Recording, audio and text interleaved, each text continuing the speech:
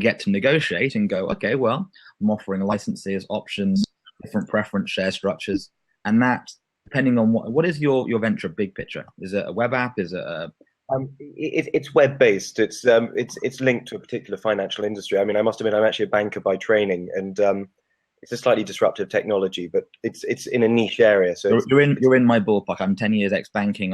Ran investment funds for ABN AMRO and RBS and Morgans and people. So in that industry, are we talking? When you mentioned SCIS, that's a relatively small amount of capital you can raise, right? 150K. Again, not accounting advice. When you get into the EIS range, it gets bigger.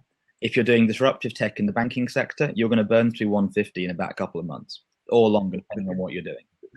this is my point, though, and I'm embarrassed to admit to investors that want to give me money that, beyond a certain point of I can't justify it, even though I know it will be required, if that makes sense. Because the last thing I want to do is do a round and then, spend everything I've actually outlined and budgeted for, and then know that I need, let's just say, another £400,000 or £500,000 beyond that in order to actually have a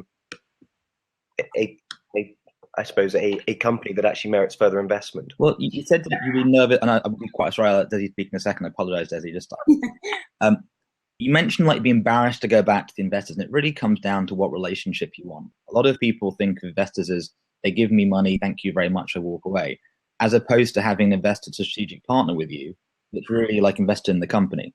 Now, I don't know if you're having one investor come in with a big chunk of change in that one check. They probably see things you don't, And having that conversation says, look, and in America especially, they're very good at saying, we're going to raise $200,000. That is purely working out while we work out what we really need and hiring the consultants to actually get the proper operational plans in place. Not just the cash flow plan, the business plans, but every single plan to take us all the way from 1 to 3 to